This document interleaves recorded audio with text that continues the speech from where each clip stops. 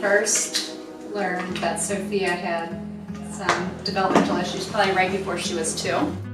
She just wasn't hitting those milestones or being just a typical 1-year-old, you know, curious about life, and she was just very reserved and kept to herself a lot, and really didn't even show affection to any of us. She started to cover her ears when we were out in public and didn't like loud noises, and didn't sleep. She was up a lot in the middle of the night, and just wasn't really comfortable in everyday tasks. I was referred for Sophia through First Steps, and there was concerns for sensory issues going on in the home. She was having difficulty with eating, sleeping, things like that. So we started with different sensory activities. Sensory is a big spectrum, big area, so we were looking at all kinds of different things. We started with the gagging because that was interfering with her mealtime. And so we did messy play with food. At first she wouldn't even stick her little finger in it. And then as time went on, she started to actually put toys in it, and we used like applesauce pudding, things like that. While the therapists were here, I just got home from school, so Sophia always wanted me to come down and play. I would touch things, and then she would do it because I did it, so they wanted me to do that before. So we started with occupational therapy and speech therapy first, with more concerns maybe on the sensory side of things, and then Stephanie came in because she also was well-versed in feeding disorders. There were things about her sensory issues that were typical, and there were things that were major red flags to us at the beginning.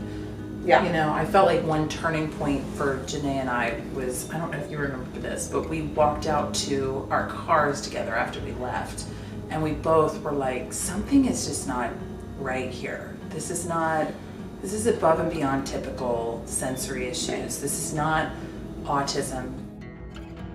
They would often refer to her as their little puzzle, because they just couldn't figure out what was causing some of her signs and her symptoms, and they weren't necessarily on board with an autism spectrum disorder. They just really thought there was something more to the story. And I remember Janae specifically saying, like, I looked up like symptoms for Chiari, and because I was saying like neurology, you know, we should get neurology involved, and she said she checks off on every single one of these. It was really Sophia that ended up getting it done, because I called and tried to persuade, and that didn't work so well.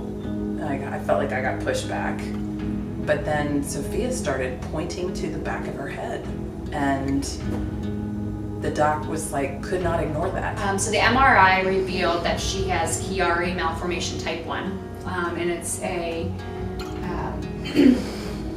neurological problem where the brain grows at a different rate than the skull. So it basically was putting a lot of pressure inside of her head, and it was also pushing the brain down into the spinal cord, and then also causing syrinxes along her spine. So she was in pain. So she went for surgery March 31st of 2016, and she came through that surgery with flying colors. So after surgery, her sensory issues definitely decreased. She was a different kid. She was a different kid. Oh, you got it!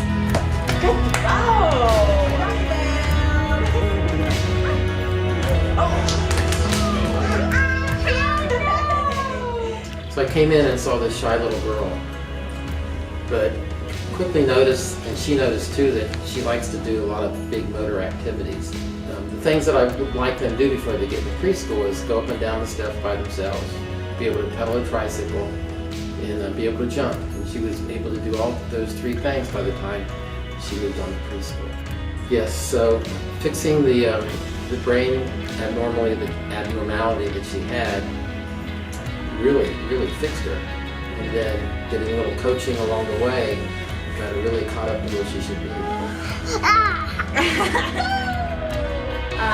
You know, we feel strongly that without Sophia's therapist, without Stephanie, Tom, and Janae, that we wouldn't be where we're at today.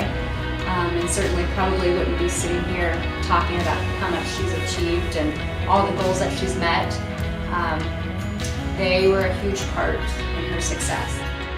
We're at a great point right now, and she's able to say about 30 different words on her own, whereas before the surgery we were probably under 5. So I think she'll catch up, and I think it's just going to take time and patience and a lot of hard work on her end, but she's certainly up for the challenge.